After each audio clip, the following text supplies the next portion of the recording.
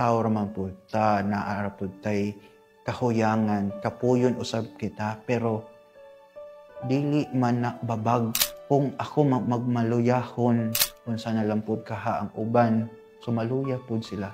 Dili ako angay magmaluyak apan mo hatag og kusog sa ubang mga kabatan-onan nga magpadayon kita sa atong panaw ngadto sa paglaom nga kita mulambo isip Kristiyano.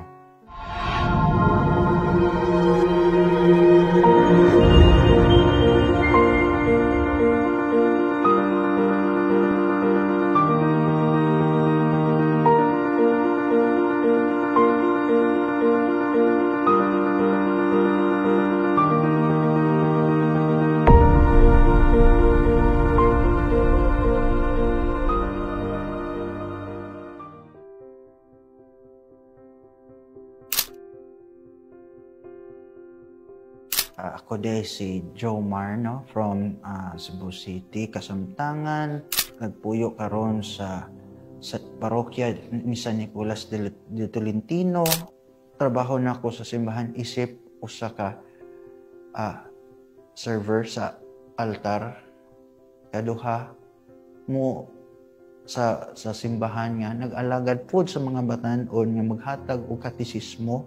Ikatulo nga naghatag pud og kanang mga ingon nato talk sa mga kabatan-onan nga mag-inspired pud nila nga mupadayon sa ilaang ministry ug asa sila gustong molambo dili nimo matugkad dili nimo malangoy ang kalipay nga daw ingon nato nga ang kalipay nga dili nimo makita sa ubang mga butang kundi ang kalipay nga mahatag nimo sa ubang mga tao. Duha ka santo ang ako ang gitan-aw nga modelo. Una, si Saint Dominic Savio. Ikaduha ang katagilungsod ni si San Pedro Calungsod. Isip batan-on, modelo sila sa pagtuo, pagsalig o paghigugma sa ubang mga kabatan-onan. Isip nagserbisyo sila sa atong katilimbanong simbahan. Isip usab, nag-alagad sila kay tungod nakita nila ang kabilinhon sa presensya sa atong Ginoo. Isip pag-alagad sa isip katawo o isip kabatan-unan nga naglaom kita nga tungod sa pagsalig nato sa maong gituohan natong Ginoo. Kita usab mga batan-on nga susama nila sa duha ka santo nga matagaan og igong kusog nga mulahotay sa to ang pagpinabuhin ining atong ministry.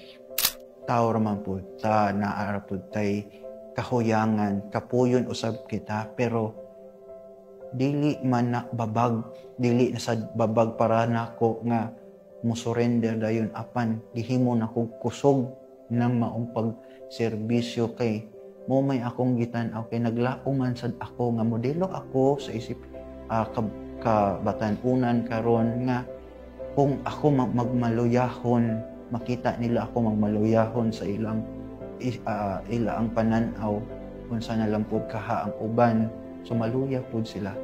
So, dili ako angay magmaluyak apan mo hatag og kusog sa ubang mga kabatan-onan nga magpadayon kita sa atong panaw ngadto sa paglaom nga kita mulambo isip Kristiyano. Uod man panagsa. Ako mahuna-hunaan nga muundang na lang siguro ko ani kay murag kapoy na burden naman sa ako ang part. Even ako mo decision sa akong gagalingon mo decider nga murag dili na ni makaya. Naghilak na lang ko sa tago pero wa ko na hunahuna o gitagaan akong importansya gihapon, tagaan akong bili ang maong tahas nga gihatag sa ako. Kutob sa mahimo, naglaom sab ko nga gitagaan ko og kanang bili. Gitagaan tagbili sa usa. O gitagaan ta og importansya nga tungod ka ng importansya bililhon kaayo sa matag higayon ug na sa atong pagserbisyo diha sa simbahan.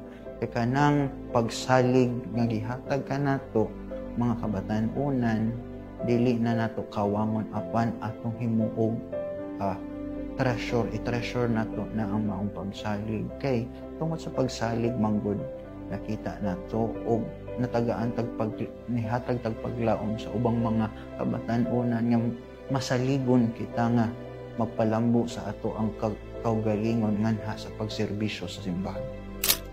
Personal lang nako nga pag-ampo nga sa kanunay hapsay ug malinawon ang tanan nga magminahalay kita ug matagaan tag importansya ug matagaan tag kahigayunan nga isip usa ka batan-on matagaan pud tag tingog ug dungog sa katilingban.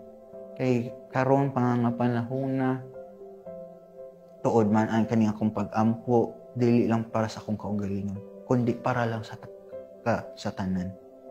Maghuptanay kita sa usat-usa sa paglaom, maghinigugmaay kita kay sa paghigugma ug pag-alagad sa simbahan, nagdasalig kita, naghupot kita sa paglaom nga masaligon kita nga kanunay naghatag og kadasig nga paglaom nga sama sa usa ka nagdilaab nga kasing-kasing matagaan kita og kinabuhi nga walay ingon na to timus o katapusan sama sa gilsaad sa